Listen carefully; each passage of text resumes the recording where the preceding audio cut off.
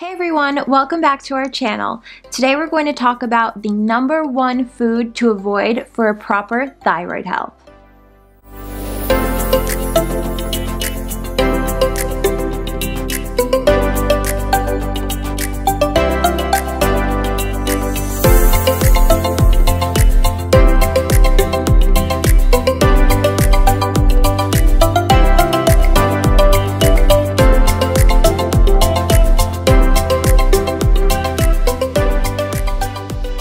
Really good chance that right now in your daily diet you are consuming the worst possible food for good thyroid health and probably aren't even aware of it.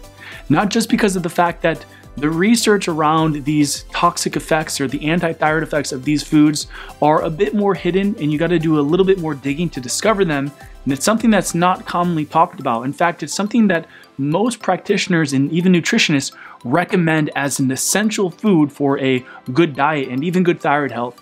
But also because of the fact that these foods are evasive and are hidden in tons of different foods and aren't even labeled as such. So unless you're already well aware of the food we're talking about and its anti-thyroid effects, you're likely consuming it on a daily basis and it's inhibiting good thyroid function in 5 different key ways. And the food that I'm referring to is actually not a single food, but rather a type of oil or fat known as polyunsaturated fats. And these are primarily vegetable oil. So a key example of a polyunsaturated fat or oil would be canola oil, or really any sort of vegetable oil, including peanut oil, sesame oil, cottonseed oil, linseed oil, and a variety of other oils that you can buy in a bottle. But you're also going to find these oils contaminated in almost every industrial food that you could think of. They are present in processed crackers and cereals, in most confectionaries, so desserts, things like cookies and cakes, and even a lot of the so-called healthy foods often contain these toxic anti-thyroid vegetable oils. Now, before we get into the research behind the 5 different ways in which these oils are well known to inhibit proper thyroid function, I do just want to quickly point out that this is a controversial topic, so some of you might be surprised by this information or maybe even offended by this information because you've been told by your practitioner that these are essential fats and you need them for good health. But we're not going to get too much into the controversy in this video.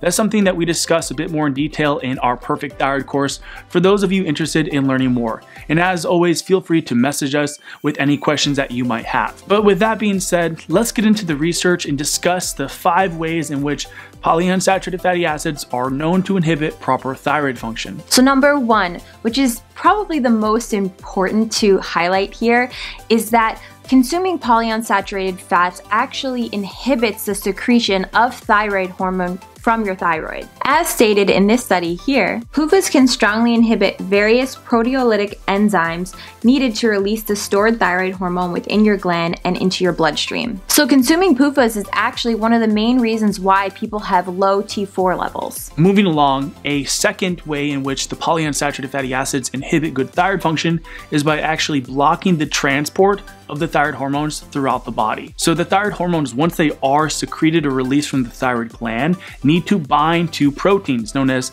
thyroxine binding proteins, which carry the thyroid hormone throughout the bloodstream and deliver it to various tissues and cells.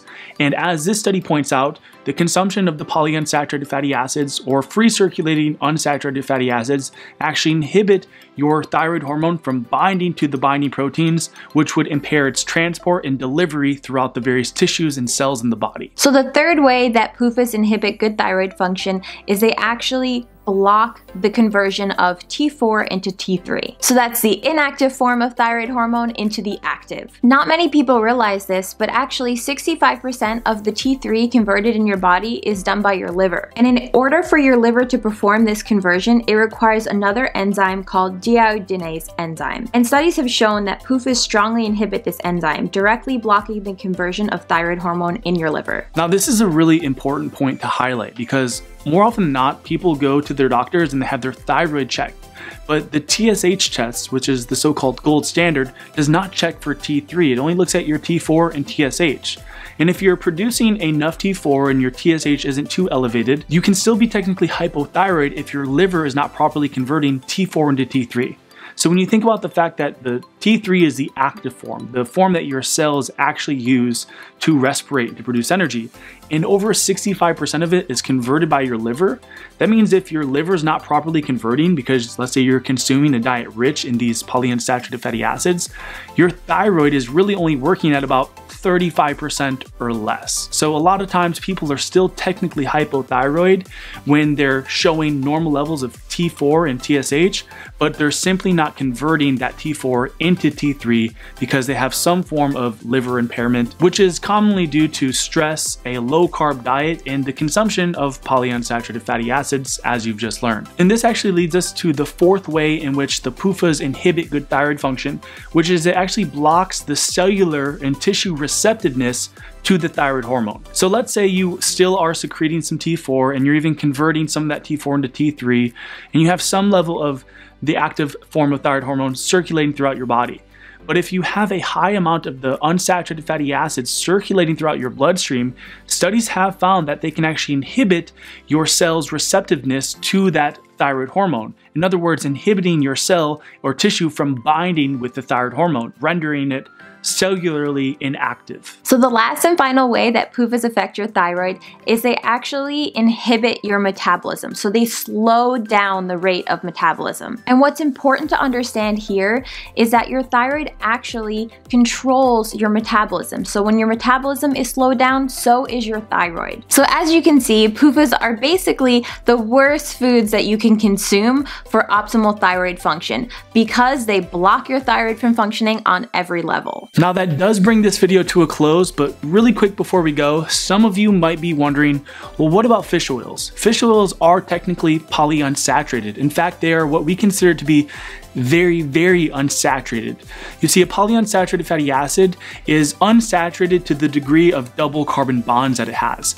And comparing something like fish oil to even canola oil, fish oil is very unsaturated, much more unsaturated than even canola oil. And although fish oils, and specifically EPA and DHA, has one anti-inflammatory mechanism, which is that it inhibits the synthesis of the inflammatory prostaglandins, studies have found that even the so-called omega fatty acids or essential omega fatty acids also inhibit good thyroid function and increase serotonin, which in turn increases cortisol, which actually deactivates your thyroid hormone. So although they do inhibit inflammation through one pathway, they also inhibit good thyroid function, and there are safer ways to reduce inflammation without impairing your thyroid gland. Now, for a complete list of all of the polyunsaturated fatty acids and the various foods that they're often snuck into, and a general list of what not to eat and what to eat for proper thyroid function, definitely be sure to check out our Perfect Thyroid course, which you can find a link to in the description box below. If you like this video, make sure you give it a thumbs up and subscribe to our channel if you haven't already. And if you want to learn more from us, make sure you check out our Instagram and our blog, which you can find in the description box below. Thanks for watching, and we'll see you in the next video.